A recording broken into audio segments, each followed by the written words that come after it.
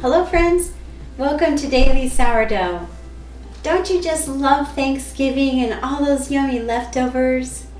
Well, today we're going to make turkey sliders out of our sourdough rolls and Thanksgiving leftovers.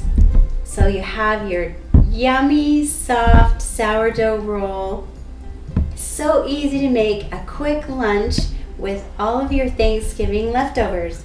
Simply pull your roll apart and slather it with cranberry sauce. Put some on each side, both top and bottom. Then take your soft Havarti cheese and of course your leftover turkey.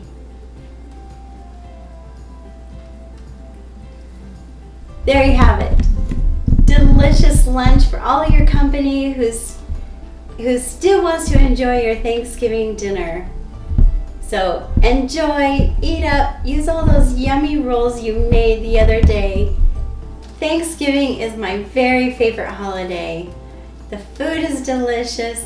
You always have your friends and family close by, and you spend time thinking about the things that you're most thankful for.